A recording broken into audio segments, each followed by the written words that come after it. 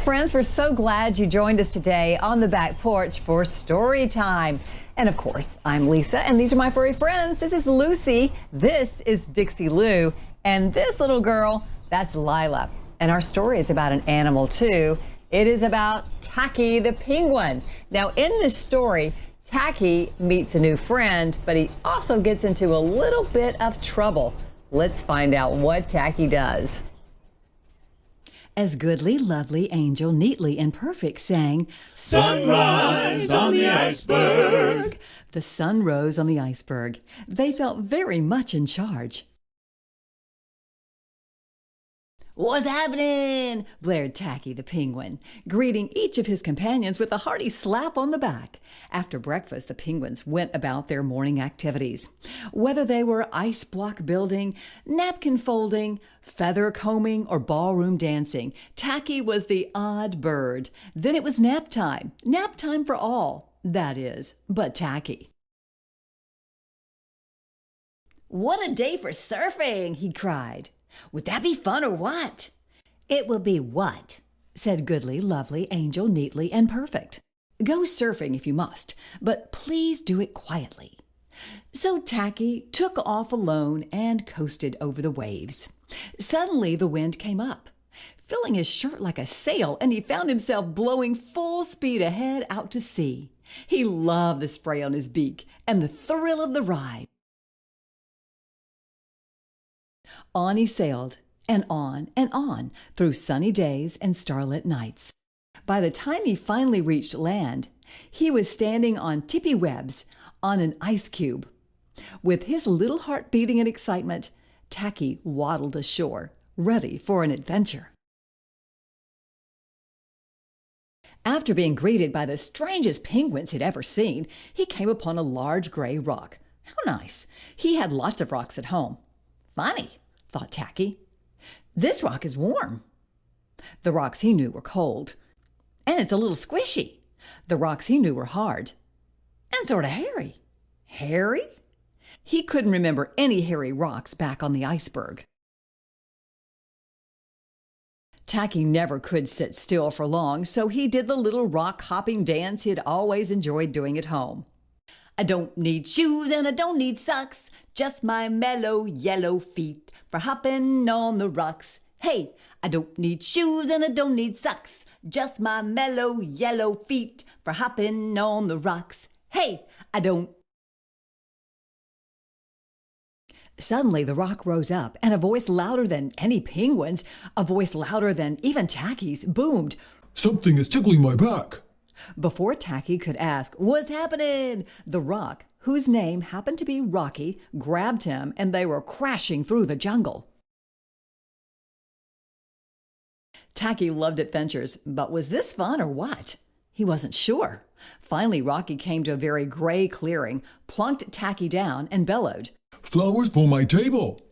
While Tacky was puzzled, Rocky was overjoyed, for she had taken one look at Tacky's shirt and was convinced she had brought home the most beautiful bunch of flowers in the world.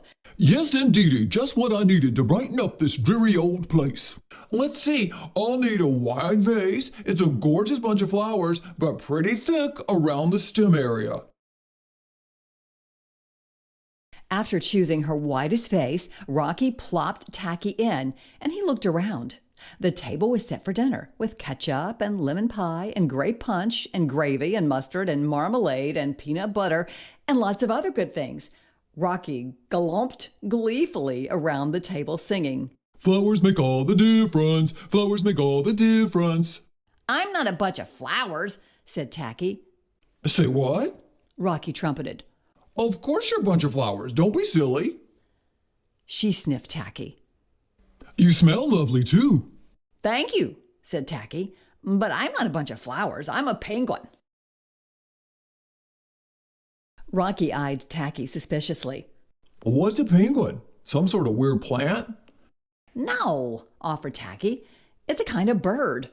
"A bird?" snorted Rocky. "What a hoot! You're not like any bird I've ever seen." Tacky felt his neck feathers prickle uncomfortably. "I'm really, honestly, truly a penguin," he repeated. Rocky did not want to hear this. She wanted flowers. She needed those flowers, and her dull gray home needed those flowers.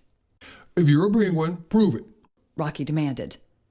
Then she reached out. Swoosh! She snatched Tacky's shirt. At least I'm keeping the pretty blossoms no matter what. Well, unless you convince me you're a penguin. Tacky knew he was in trouble now. His shirt was his sail, and without his shirt, how would he get home? Would he ever see Goodly, Lovely, Angel, Neatly, and Perfect again? Hurry now, I'm hungry and I don't have all day. Snapped Rocky impatiently. Prove you're a penguin, do something penguinish. Tacky thought very hard. He just had to show her. Oh, yes, he remembered. Penguins march. He began 1, 2, 3, stepped in the ketchup bowl without knowing it, and continued marching over the table. 4, 5, 17, 100. What else? Asked Rocky. Penguin's belly slide. Tacky got a running start, skidded across the lemon pie, and swished in swirls over the tablecloth. Where was the lemon smell coming from? Go on, ordered Rocky. Penguins dive. Tacky took a bounding leap up and did a splashy cannonball into the pitcher of great punch. Refreshing! More confused than convinced, Rocky asked, and keep going. What else? What else could a penguin do? Then he remembered what had gotten him into this situation in the first place, and he said, Penguins are excellent hoppers. Bravely tilting his beak up in his best proper hopping form, he hopped into the gravy, and hopped on the cloth, and hopped in the mustard, and hopped on the cloth, and hopped in the marmalade, and hopped on the cloth, and hopped in the peanut butter, and stopped. Then he waddled stickily over to Rocky. See?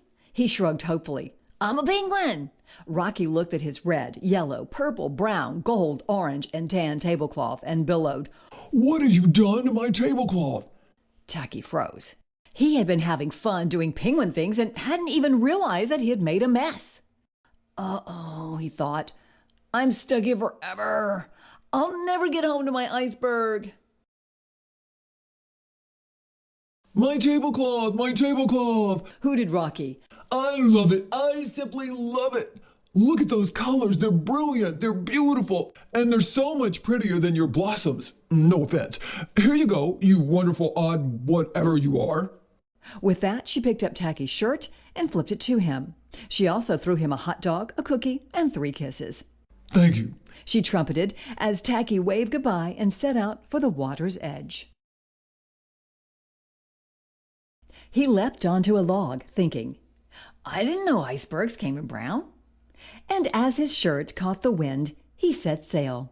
Meanwhile, back on the iceberg, Goodly, Lovely, Angel, Neatly, and Perfect were singing, Sunrise on the iceberg.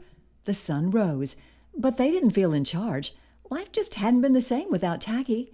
Everything was so orderly, and they were tired of patting each other on the back and whispering, What's happening? Nothing was happening. Then they saw the speck in the distance. Could it be? As the speck came closer and closer, they could see it was Tacky. Goodly, Lovely, Angel, Neatly, and Perfect hugged Tacky. Tacky was an odd bird, but a nice bird to have around. And many miles away, an elephant sat by her colorful tablecloth and thought the same thing. I really like this story for a couple of reasons. First, he meets a new friend, Rocky, who is what? An elephant. And then his friends all along find out that Tacky really is kind of a special penguin. And I also love that Tacky embraces being different. Tacky in Trouble by Helen Lester, and the pictures drawn by Lynn Munsinger. Thank you so much for joining us today for Storytime on the Back Porch. We have lots of stories to share with you. Join us anytime. Please subscribe